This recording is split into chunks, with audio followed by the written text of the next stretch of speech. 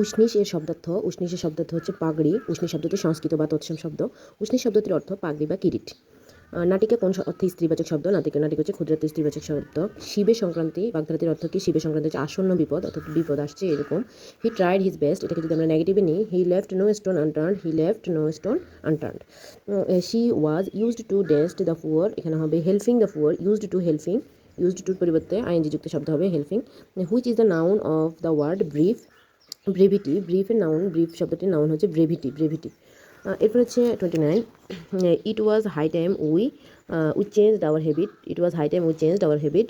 এরপর হচ্ছে curd is made from milk, দুধ থেকে তৈরি হয় কার্ড। তারপর হচ্ছে the headmaster and the president of the school were present the meeting, present the meeting. If he dance a human being he would not have done this, এখানে had been, if he had been a human being he would not have done this.